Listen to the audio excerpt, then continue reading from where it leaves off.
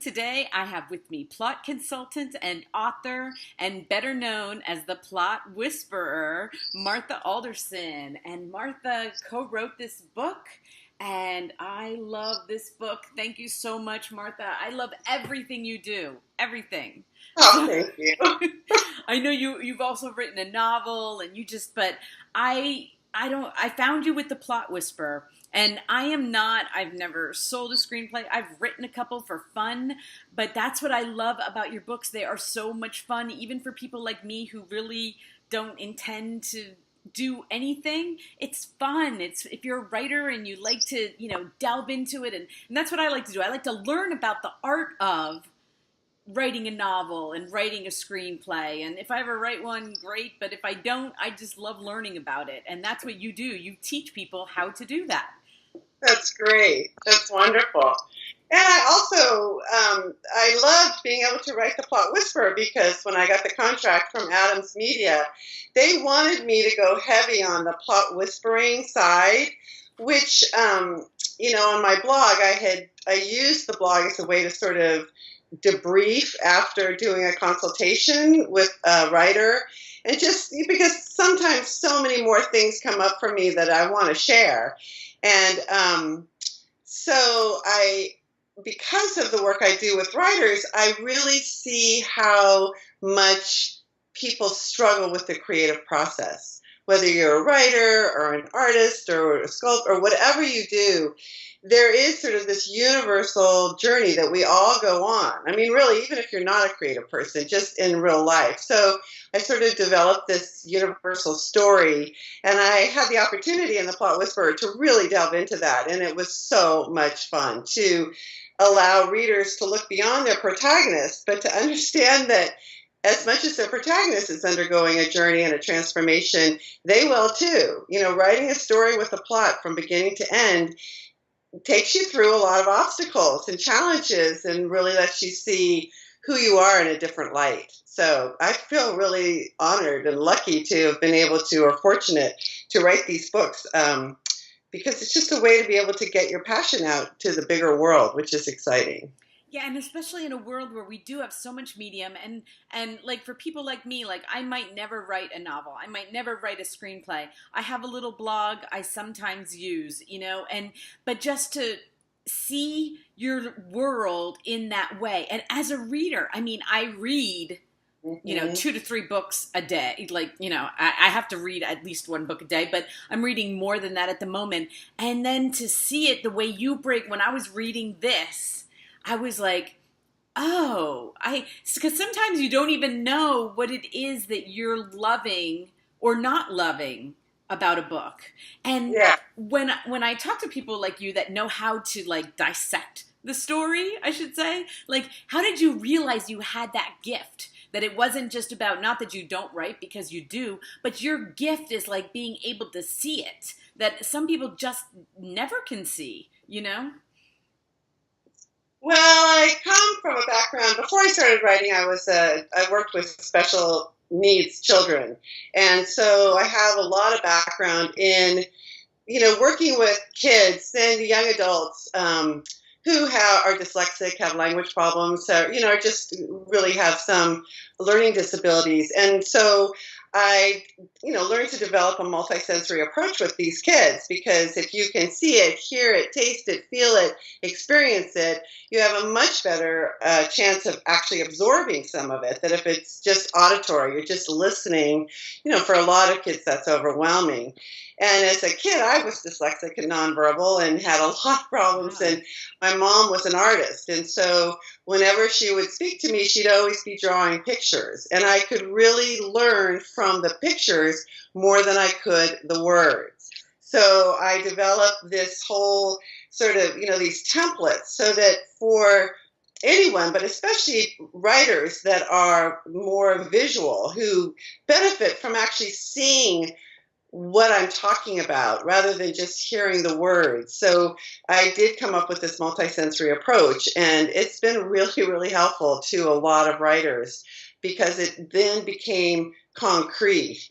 And when I first started writing fiction, this is a long time ago, but there wasn't very much about plot. There was a lot of controversy because there for the real, right brain creative literary writers, there is this sort of sense of you impose any sort of structure and you're going to stifle the creative process, or you're going to make it too formulaic, or so I just kept at it because so many people were struggling with plot and trying to figure out the structure and how do you get a beginning, middle, and end that work coherently together and bring meaning to the reader. And so really it kind of came out of my own frustration. And as I learned it because of my background in special ed, I knew I could teach it. I feel like I'm sort of a natural born teacher, maybe not so much a natural born writer, but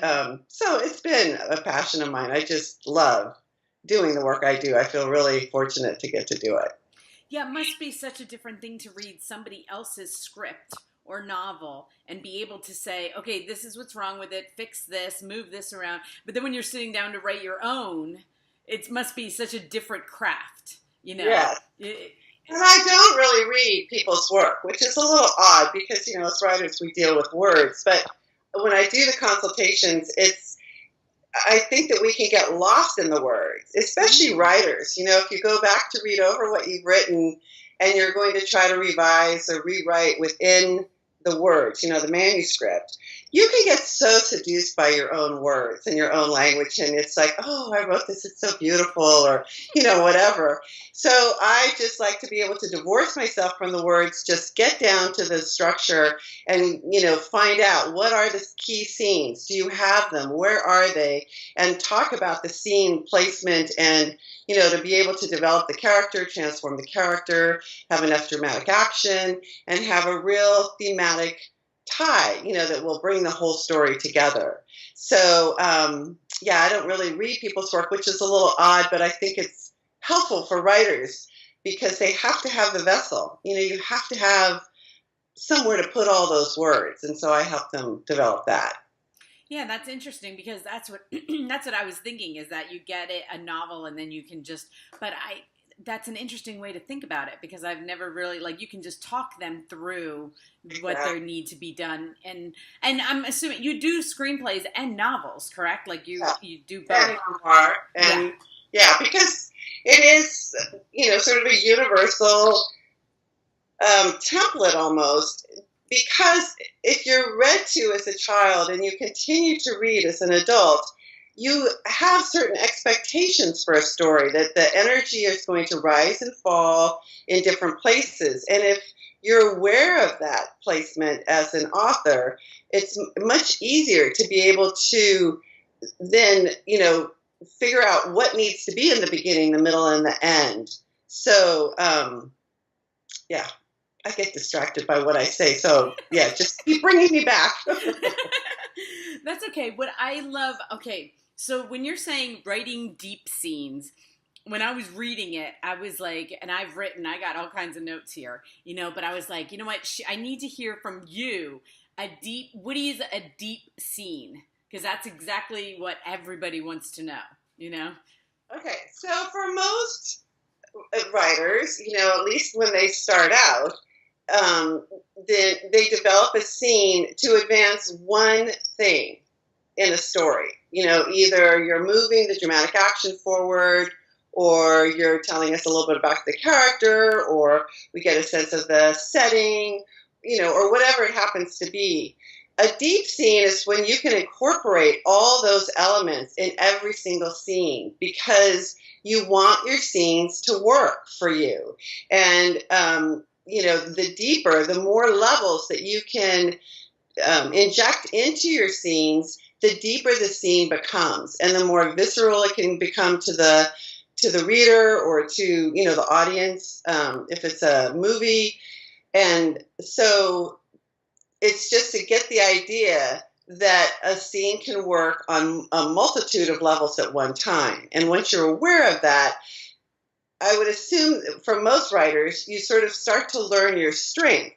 So the first draft, or when you write scenes and they're just kind of down and dirty, you're just trying to get words on the page, you may find, oh, all I do is write dialogue, or all I do is, advance the dramatic action plot. I'm really weak on character development. I'm not, where's the character? And so I have one of the templates that I use with writers for the scene level is the scene tracker. So you take every single scene and track it, looking for what did you develop and deepen about the character in this scene? Was there dramatic action? Was there conflict? What were the themes that you sort of addressed? So there are all these, there's 7 essential elements to a scene and more. If you're writing a mystery novel or a romance, a romantic comedy movie or whatever, then you'll even have more elements that you want to incorporate depending on the genre.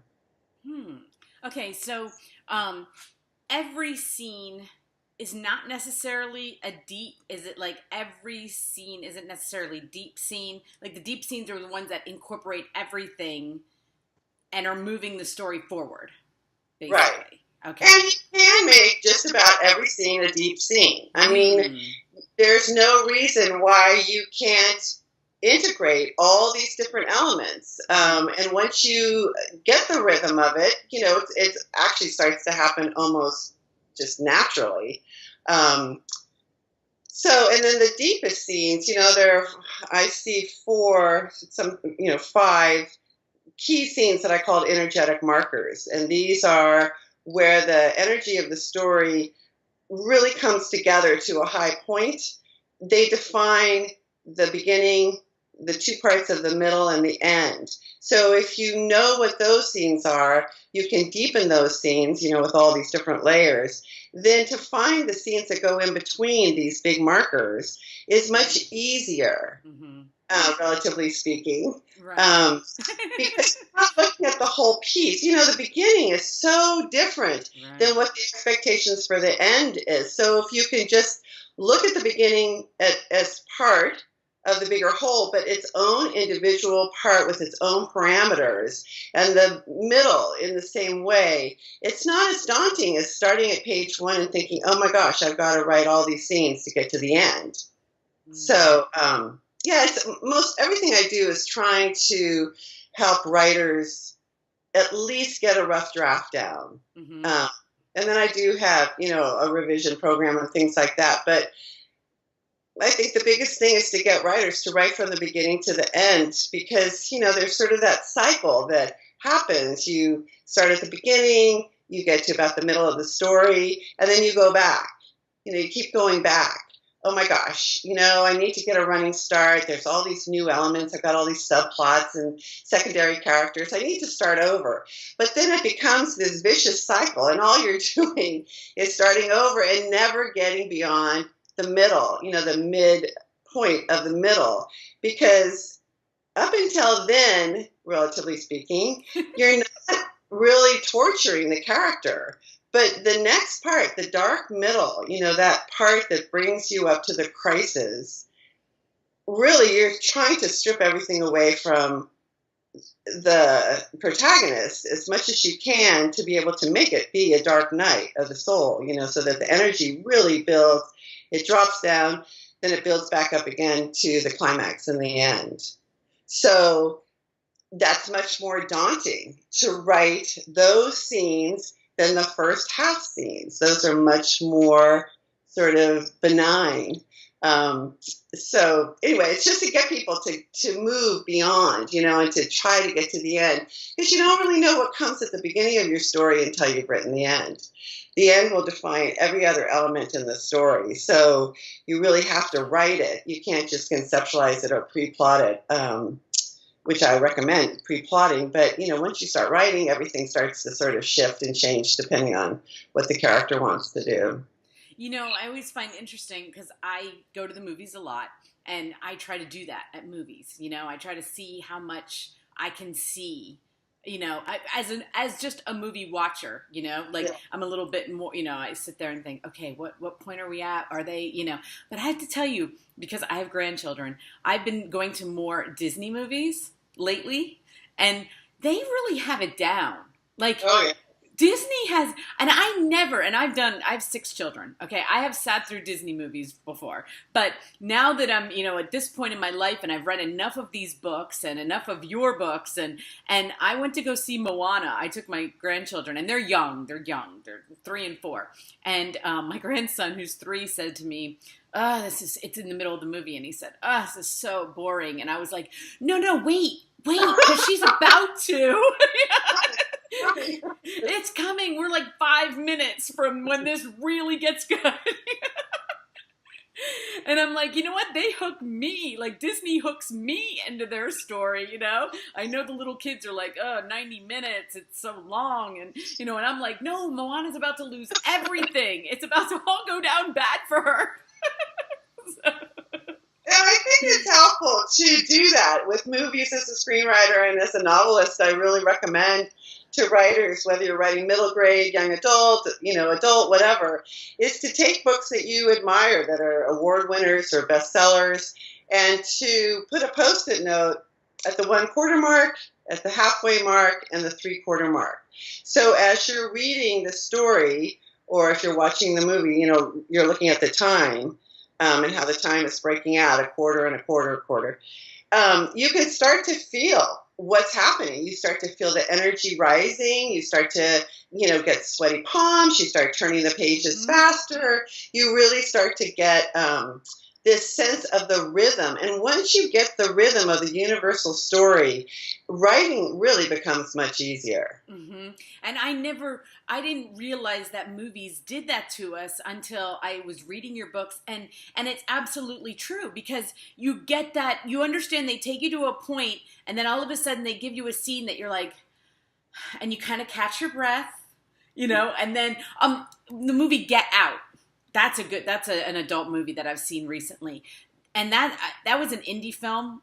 I think my son told me it was like an indie film and it was like they made it for like a low budget, but it made so much money. And the guy was like a first time whatever. Anyway, I went to that movie with him and it built and built and then it's like, and then you get to sit back and you're like, okay. And then it builds and builds. And I was like, wow, when you can really tell, and then people don't understand, they walk out and they're like, wow, what a movie. But they don't realize that they've just been taken on this ride that got them to the end and that the end was satisfying what you were experiencing. So it's like you don't realize it until you really, until you want to learn how to, take it apart a little bit. And then you're like, oh, I get it. They had me, the roller coaster ride. It was a 2-hour roller coaster ride, And so writers that aren't aware of that, you can just imagine how much more difficult it would be to construct your story. I think that there is validity to any way you write, whether you just look at the blank page and just write whatever comes. But it's nice to be able to pre-plot these energetic markers, get a sense of these big high moments. So you really feel like, you've got some sort of structure there. Mm-hmm. And then another element that I think is newer than when I first started writing is, there used to be real character-driven stories or movies, and then there were more action. And for, the big Hollywood summer blockbusters were always these really high action special effects, just a lot of movement. But nowadays, it's an integration of the two. There can still be high action, these blockbusters, but now you start to see that the protagonist is developed. Yes. And they do change and transform because of what happens to them. In the old days, that didn't really happen so much. It was almost like a cardboard figure that was just, heroic and could save the day. And, we didn't really get to see that they were affected by all the murders and shootings and blowing up and all that. So the character transformation now is really important to be aware of and where that sort of happens, because it generally will happen internally without the protagonist knowing. The secondary characters will start to maybe notice that things are shifting in the middle, but it's after the crisis generally where the character will see the world differently because of whatever happens at this dark night. Mm-hmm. And because of that, then in the last quarter of the movie or the story, they'll start to change. They'll start, because of everything they learned in the middle, all those obstacles, all those antagonists. You know, the middle of the story is really known as the territory of the antagonists because they're in charge and the protagonist isn't. Mm-hmm. But in that last quarter, the protagonist starts to take their power back. And they take all the things that they learned from mentors or from, you know, making mistakes or falling on their face or being hurt or whatever. And they use that to their advantage to be able to pull the energy up to this triumphant moment at the climax at the end. Yeah, I think who has done that really well, too, is the Marvel movies. Because Yes. I have boys and we go see them, but I remember back in my youth, like Superman, Batman, whatever, that was just a movie, bad guys, good guys, but now these characters like Doctor Strange, all these different characters, they're like having these emotional transformation. They aren't just this good guy. They're like, there's a reason, and you get to find out their story, and things are changing for them. And I pointed that out to my one son because we went to go see Doctor Strange, and I was like, "Did you see how he changed from that?" You know, and he's like, "No."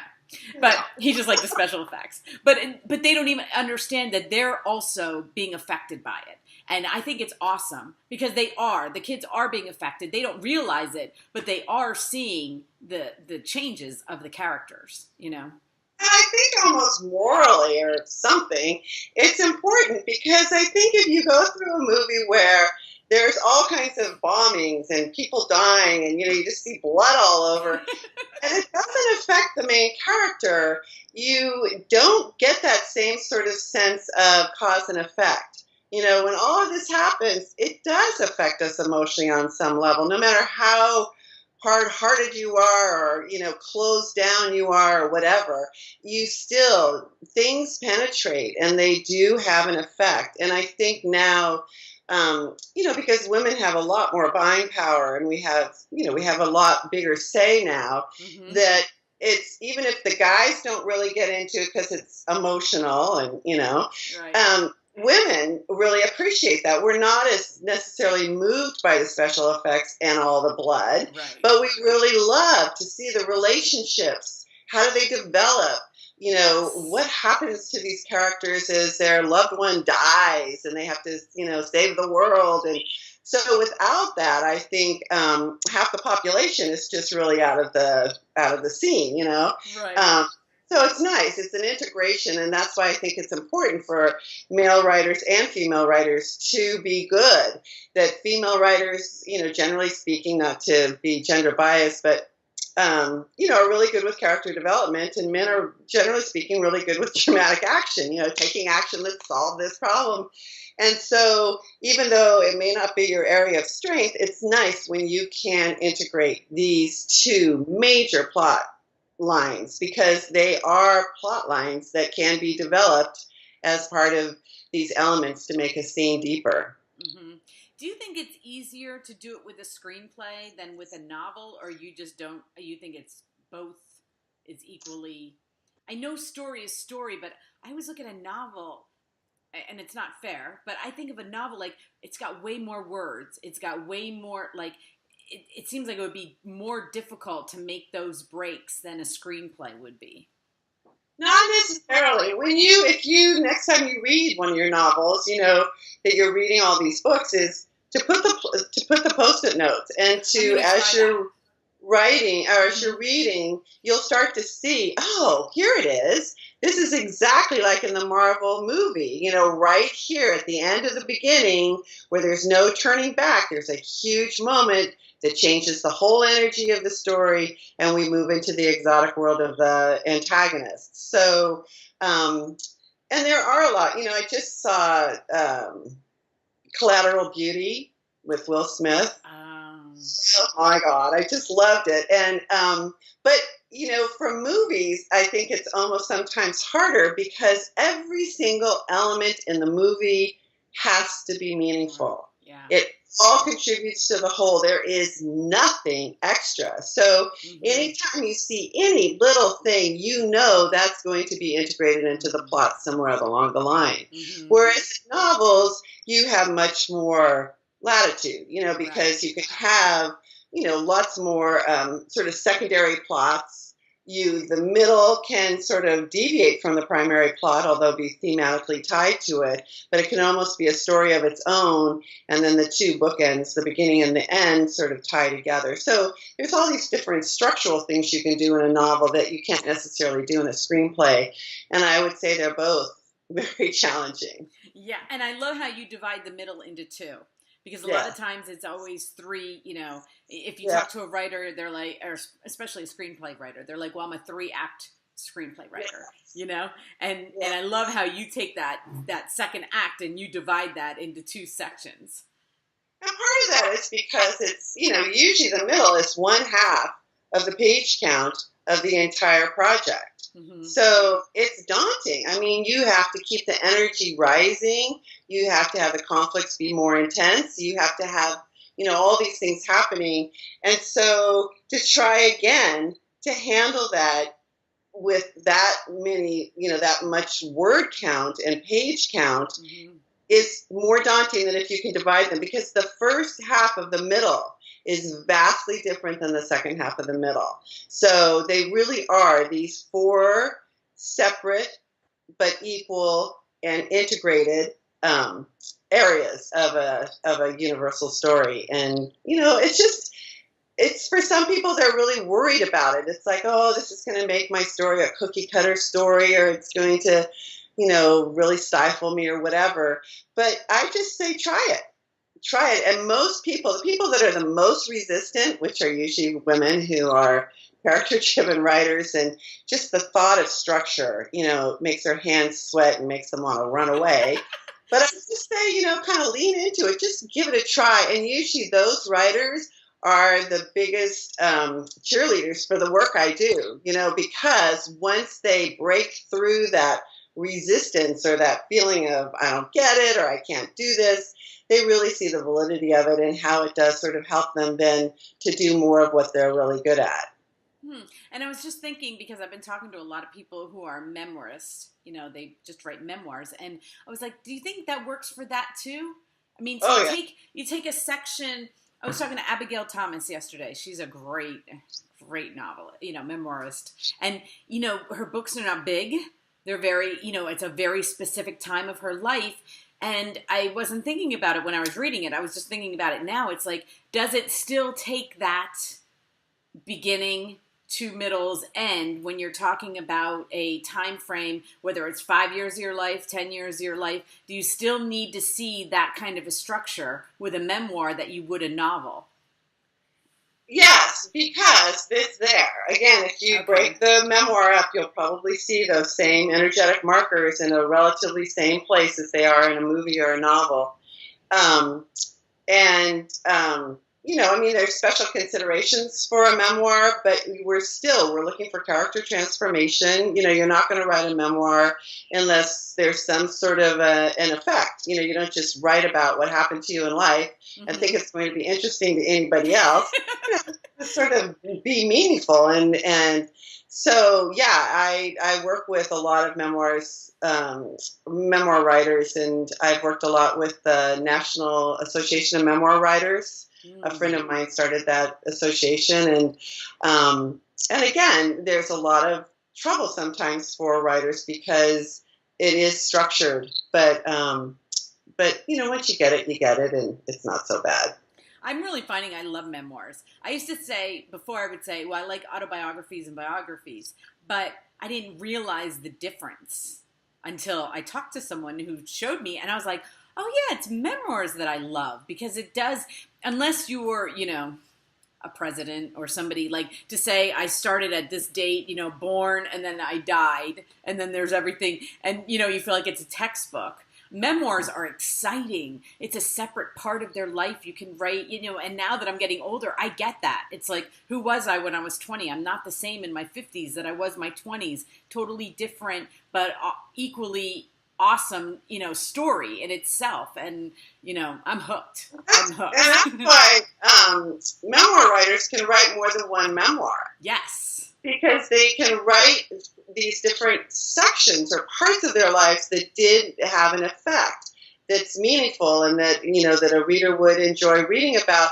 And that but you don't involve your whole life. Right. You might use some of the backstories or refer to a backstory wound or whatever, but then there's opportunities for other sections of your life with a different sort of thematic meaning that will bring a whole new side to your life, but also to the reader, that they can, still enjoy hearing about you and your life without having to read a whole autobiography. I read Carole King wrote I think they touted it as a memoir, years ago, a few years, whatever. And, but it's much more autobiography. It's like, I was born here and then I grew up here and then this happened. And, it's fun because I grew up in the 60s right alongside of her. And so it's fun to hear all the details and all of that. But there was no character transformation at the end. It was almost like, wow, you went through all of this and you ended up exactly the same person you were at the beginning of the story. And I know that's not true, because we're affected by everything that happens to us. And we, as readers or moviegoers, want to see that effect because that's the identification. Oh, I felt that way before. Oh, look at how they reacted to this situation. Maybe I mean, we learn from fiction. We learn from novels, and they're made up. But it's still, because we get so emotionally involved with the characters, we learn from them. So, and it's the same with a memoir or a movie. You learn these little lessons or, whatever. And so there's a lot of power to our words. Yeah, I just saw Beautiful, which was Carole King's on Broadway. Oh. She has it's right now. It's really big on Broadway. But what was really cool about it, because I did not read her book, is that you got to see the transformation because it was from the beginning of her writing career until she does Tapestry. Oh, so nice. A huge transfer as a woman. Like, I was like dying. I was crying because it's like, oh my God, she went through all this stuff and then she comes out with this #1 album that was just amazing, and she sang it herself, and So I was born in the 60s, so I didn't get to experience, her stuff. But anyway, when you said that, I was like, oh, I love that musical. I love her music. It's so amazing. Good. That's great. I'm glad. Yeah, exactly. But somebody rewrote, like I said, it wasn't from her book. It was like kind of in music. Part of it. Yeah, in music. Yeah, part of it. Yeah. Probably the most transformational part. Her most transformational, exactly. As a mom, as a woman, understanding what she's going through, I was like, I want to see it again. But anyway, great. What are, now I feel like you have done so much. I mean, with this book, I feel like you've answered almost every question I've ever had. Like, what do you want to do next? Like, what book does it just happen? Like, you figure something else out and then you're like, oh my God, I have to share it. Like, is it a constant learning process about writing and writing screenplays and books? Like, are you constantly learning a different aspect of it, and then you give us this? I try to. You do the best you can. I sort of became so passionate about the effect that writing or any creative process has on an individual that I've used that.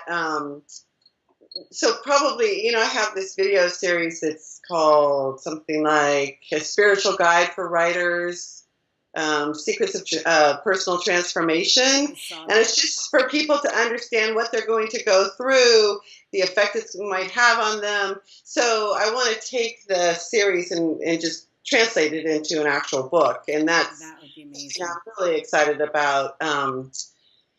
And then, I really put my own fiction on the back burner for years for lots of different reasons. But helping other people was much more,